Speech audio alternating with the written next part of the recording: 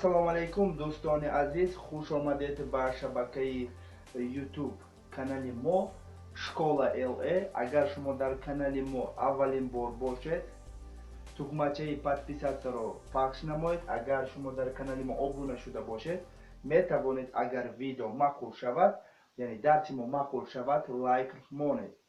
Имрӯз дарси аввалини мо дарси аввал аст, урок первый. Дарси аввал, яъне дар ин дарс мо омӯзиши забони русиро аз сифр оғоз мекунем. Барои омӯхтани ҳар як забон, албатта аввал тарзи хондани ҳамун хатти ҳамун забонро донистан дар кор. Барои тарзи хондани хатти ҳар як забон бояд алфавити ҳамун забонро омӯзед. Ва инак мо низ бо шумо алфавити забони русиро меомӯзем ва дар ҳамин дарс ман ба шумо чӣ тавр аст ва чанд намуд дар алфавити забони руси чандта ҳарф аст ва ё чӣ хел истифода бурда мешавад ба шумо ҳозир гуфта мегузарам. Хуб, агар тайёр бошед, сар кардем. Алфавити забони руси. Алфавит русского языка. Дар забони руси 33 ҳарф иборат аст ва аз ҳамуно 6таш саданок, яъне гласни, ва дигар монда тамоми алфавитҳое ки дар забони 27 ҳарфи дигарӣ, ино согласни, яъне ҳамсадо ҳастанд. Саданокҳо а, о, и, у, э, у. Ана ҳамино саданокҳо ба ҳисоб меравад. Гласни, дигар 27таи дигараш согласни, ҳамсадоҳо. ҳозир мо бо шумо тамоми ҳарфҳои алфавити забони русӣ ки шинос мешавем.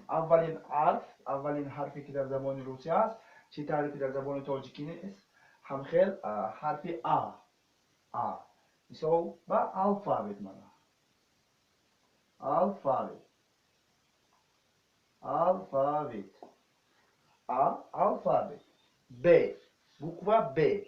Як чизро гуфта мегузарам, дар дуруни алфавит баъзе ҳарфҳои забони русӣ дигар хел талаффуз мешавад, лекин дар дохили ҷумла ҳамон тарзе ки чӣ хеле ки дар забони тоҷикӣ истифода мебарем, ҳарфҳо ҳамон тарз истифода бурда мешавад. Ман ба шумо ҳозир ҳам дар дохили алфавит ва ҳам дар дуруни ҷумлаҳо, дар дуруни гапҳое ки дар русӣ сохта мешавад, истифода бурда мешавад, ҳамин ҳарфҳо гуфта мегузарам. Буква Б. Бабушка. Бабушка. Бабушка. Буква В. Вода. О. Бабушка ҳама медонад.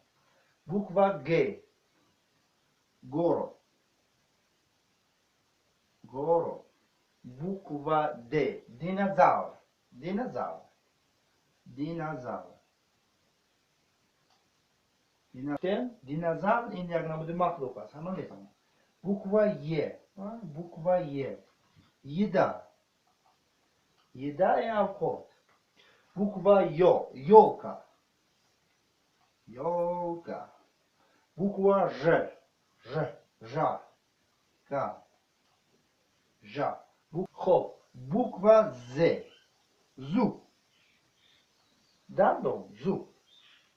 А, Б, В, Г, Д, Е, Ё, Ж, В. Ёд гирифтем. Анакун ин. И. Иголка. Иголка. Иголка. Буква Е. Е. И кратки мегӯям. Ёд. Ёд. Буква К. Дар дуруни алфавит ҳамин тавр мегӯям. К. Куда? Мисол. Куҷо меравӣ? Савол аст. Костюм. ҳарфҳо бинавад бисёр. Лекин дар дохили ҷумлаҳо, дар дохили гапҳо мо буква Кро К намегӯем. Мо ҳамту чӣ хеле ки дар забони тоҷикӣ аст, буква К китобу дигар намуде ки дар тоҷикӣ истифода мебарем, ҳамин тавр буква К, ҳамту К истифода мебарем. Мисол куда, книга, костюм ва дигар намудо. Буква Л. Мана бинед, дар дуруни алфавит Л истифода мебарем, дар дохили ҷумлаҳо Л. Лук. look این پیاده. بوکوا ام میگویم، م استفاده میبریم. ماما این مادر است. بوکوا ان نادا نه استفاده میبریم. نه ان میگویم در داخل الفابت، نه استفاده میبریم. نادا. درکو. بوکوا او اوزیرا cool. بوکوا پ پاپا بوکوا ر میگویم، لیکن در داخل جمله ها ما ر استفاده میبریم. روکا دست. بوکوا س استفاده میبریم. صد این بو. ا ب و گ د ی یو ژ ز ای کratki K L M N O P R S T استفاده میبریم.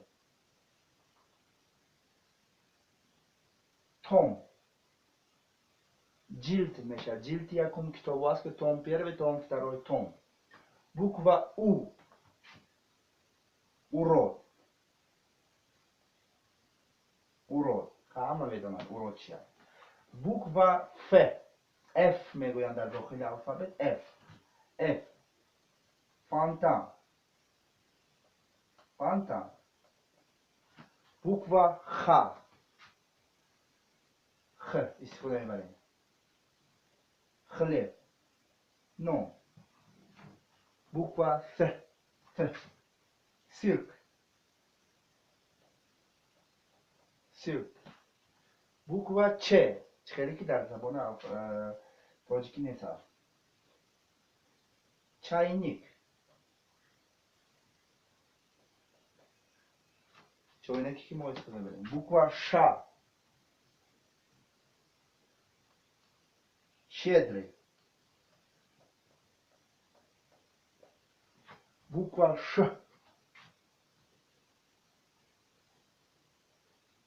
در داخل بسیار کلمه با ش سر نمیشود، برای این بیاد نمینیزه. و تیوردی زنک او. این کلمه در زبان تاجیکی وجود ندارد، یعنی همین چی حرف او و میحکی زنک نیست در زبان تاجیکی وجود ندارد. و یو یا دیگر حرف ها وجود ندارد. در زبان تاجیکی ما اوی را نداریم، میحکی زنک را نداریم، بوکوا س را نداریم، ش نداریم. تمام دیگر تمام حرفایی که در زبان روسی هست، در الفابت روسی هست، ما در زبان تاجیکی نیست داریم.